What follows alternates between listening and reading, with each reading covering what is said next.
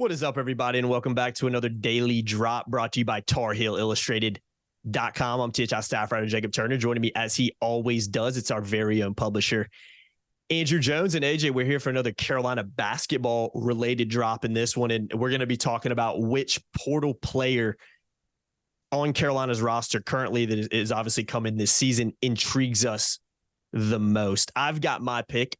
I'm sure you have a pick as well. I don't think you're over there trying to figure out which guy you're going to go with. I'm assuming you've picked one before we've come into this one. So interested to see what your pick is, because I'm on the fence with two, but I think I know who I'm going to lean with on this one. But for the podcast's sake, I'm going to go ahead and kick it over to you.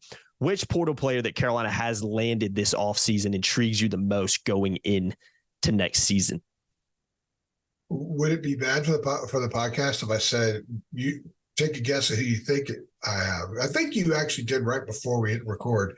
I bet you a lot of people think I'm going to say Cormac Ryan or maybe even Harrison Ingram, but I'm going to say Jalen Withers. I like that. And I'm going to say Withers because he gives them an athletic ability, an athlete that they haven't quite had on the front court for a while. Jalen Washington's really athletic, but he's not as bouncy as Withers. Withers is a get up in the air. When he goes to dunk, the ball's higher than the outreaching hands, and then it comes through the rim really fast. He's a guy that I think could be an outstanding baseline player, which if you're going to prevent double teams, and you could do that by not just having a guy who could shoot threes, and he shot threes pretty well last year at Louisville, but a guy that can use the baseline. You cannot lose sight of him. The guy that's really good on the baseline, if you lose sight of him, that becomes dunks. Because put back dunks, they're hard to box out, all those kinds of things. I think him playing in a much more organized offense than what Louisville had last year, when Louisville's best offensive player was L. Ellis, and he was also a guy that never met a shot he didn't like, so he took a lot of bad shots. So they didn't flow. Like, they never flowed offensively. And you look at a guy like Withers out there, remember, we talked about him leading up to the Carolinas game at Louisville, and I said, that's a nice player there. But he didn't fit in. He was just a guy on the floor getting his when he had a chance to get his. I think in a much more structured, organized situation where everybody on the floor has to be honored by opposing defenses, it's going to give him opportunities to use his instincts and his athletic ability to create baskets, the backdoor cut. Bring back the alley-oop to Chapel Hill, guys. And Jalen Withers is your guy, okay? Yeah. And he's got the ability to hit the three, which he showed last year. That was the one offensive thing he was consistent at, because if you get an open three, regardless of the kind of offense, it's kind of the same shot no matter what. And as long as you have only one defender on you, you're not being boxed into a corner and that kind of thing. If you get a natural three, it's a natural three. So he shot pretty well there. I think there's a lot more to his game than what he's shown. I think his game will play off having an anchored big who's down on the block and can do a lot of things. Having guards who can find people, who can move, who can penetrate. There's going to be a lot of times where Jalen Withers is going to get the ball through movement, and he's going to have an opportunity to make something happen. Now, a couple of things that statistically he didn't do real well at Louisville, he's not a big assist guy. He doesn't do things like that. He's not a steals guy, all that kind of stuff. But I also think that going back to the assist, part of that was just the hodgepodge that was Louisville's offense.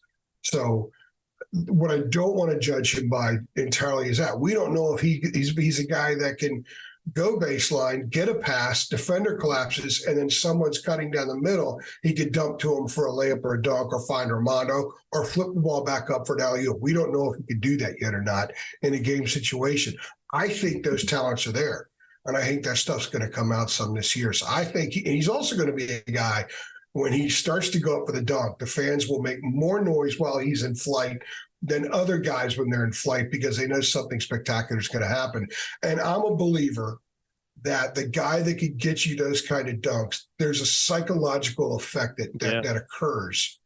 And I have seen it up close so many freaking times. Yeah. And I think having a guy that can do that when other things are going well also, and like, oh, he hits a three, and the next time down the court, gets a backdoor baseline cut, alley-oop dunk, and he does it with authority. Those are the kinds of things that give you a little bit more of an edge as a team and can get into the heads of your opponents. So I think he could be that kind of guy for Carolina. I'm really looking forward to seeing what he is out there. Yeah, I love that pick. You made a great point. He kind of last year at Louisville kind of reminds me a little bit of Pete Nance last year at Carolina, where talented player, but if he's not utilized correctly and his skill sets are not being utilized in the right way, then he's never going to show the full potential that he can have. And you see that countless times. We talked a lot about multiple Carolina players last year that really struggled because, as we noticed as the season get on, it didn't seem like what they were being asked to do really fit their games. So I think Withers coming into an environment here where I think he's going to be, his skill set's going to match up with what Carolina's trying to do. I think you'll see the best out of him. And AJ, some of the practice clips that Carolina released, no coincidence that Jalen Withers has been a pretty predominant guy in some of those clips because of that explosiveness. And because of, I really think a lot of Carolina fans have underrated his pickup. And I've said that from the beginning.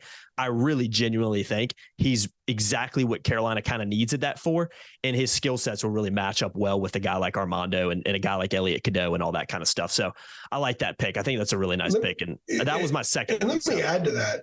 Yeah. Let me add to that. I think he has a chance to be a really good defensive player.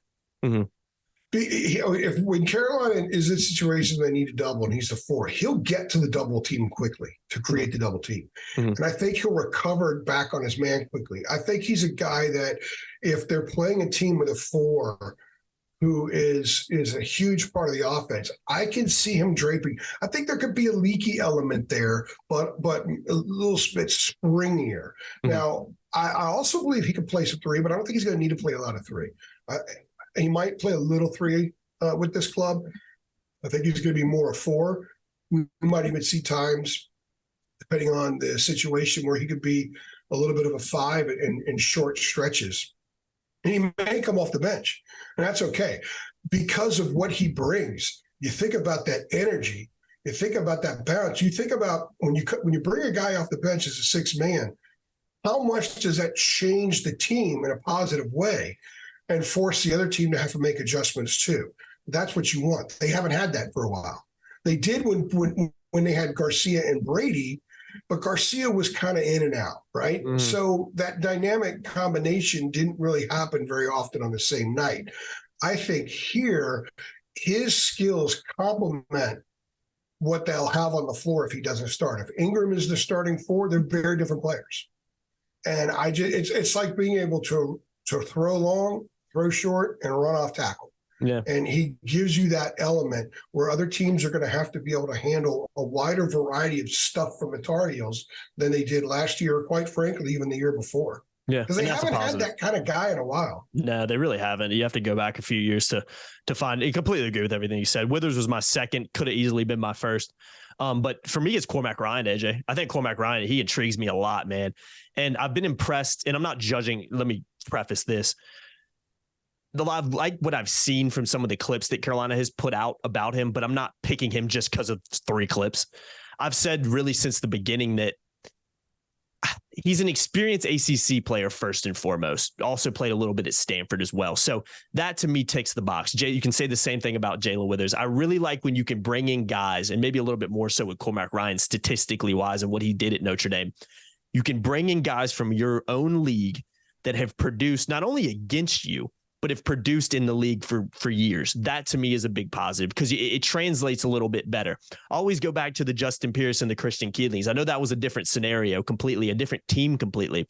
But to me, it's more of a risk to bring in a guy from a lower major school, a lot less pressure, who hasn't really played at this level, much less competed in this league for years. I think it's a safer bet when you can bring in guys like that. So that's number one reason I think Cormac Ryan, I'm excited about him, is because he has experience in the league and he knows what it takes to be a big time player in the league that Carolina plays in. 2, I just like his game and I like his confidence, AJ, and I think he's a leader. I think his age and his maturity, the amount of things he's seen in college, like I said, at multiple universities, 3 different universities now, I really like what he brings in, focusing on his game too. He can do a little bit of everything for you. He's an outside shooter. He can knock down shots for you. He's a solid defender. But if you look at some of the clips that have come out and you just go watch some of his Notre Dame games, there's there's times during games where he takes the ball at the court. There's times during games where he's the playmaker. Carolina put out a couple clips a couple of days ago where Cormac Ryan drives in the lane and he dishes it off to Jalen Withers, who finishes with a reverse dunk. That's exactly what I'm saying. You can find him doing the same thing at Notre Dame. So he's not a one-dimensional player. It's not like you're bringing in a guy, and no diss to Brady Manek. Brady Manek was fantastic for Carolina, but what was Brady Manek good at? He was good at quick releasing outside shot, pitch and catch. When he went down on the block, he didn't look as comfortable and as fluid down there as he did when he was, stepping out and hitting threes.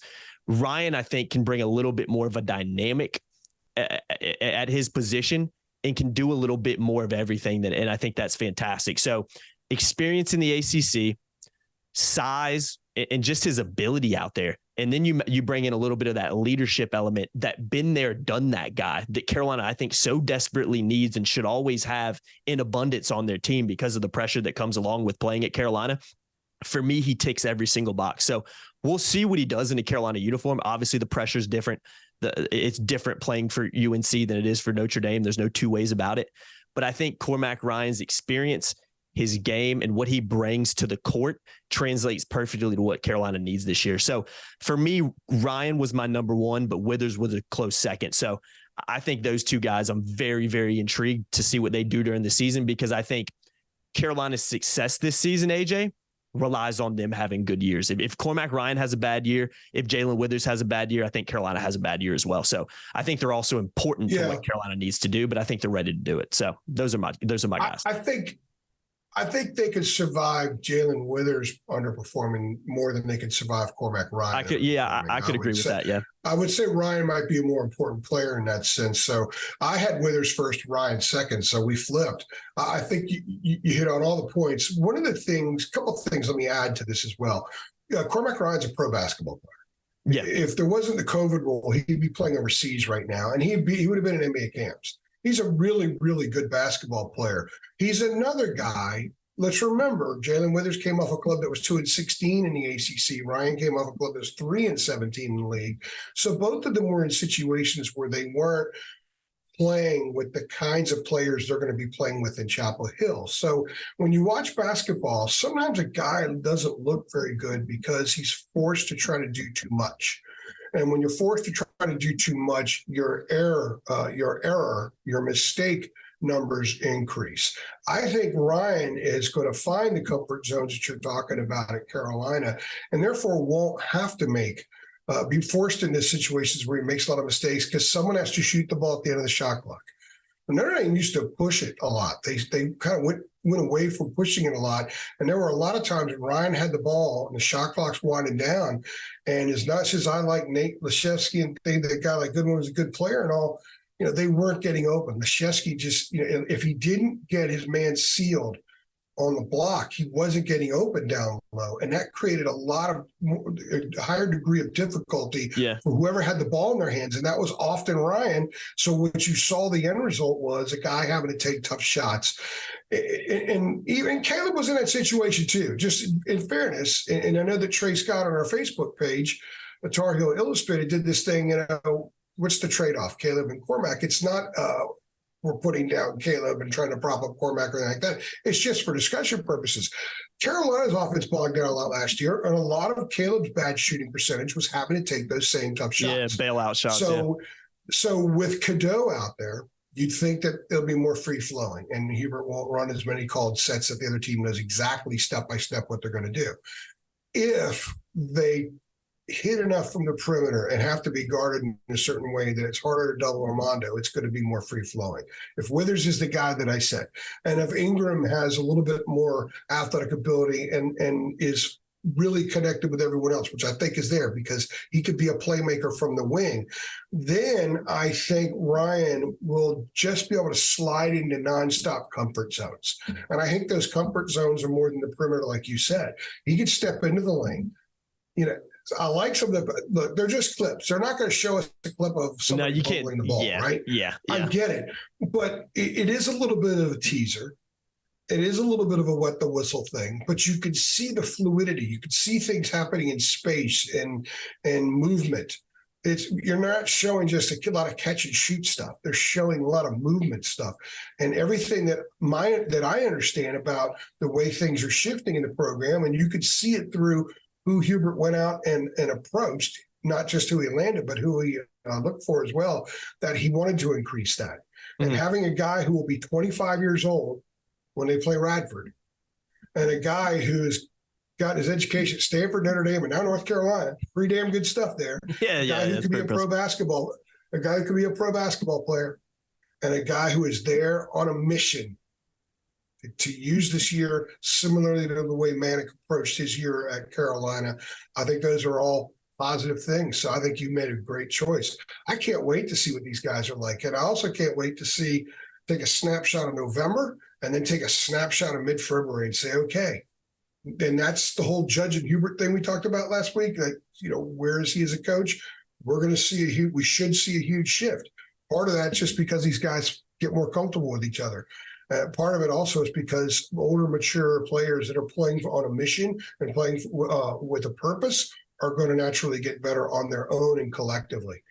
And I think having the mentality of a Ryan out there and a Withers out there and an Ingram out there, and a Wojcik too, by the way, who's there for a reason also. Yeah. I think that's going to be the mindset of this team, which is different than the mindset was at times last year.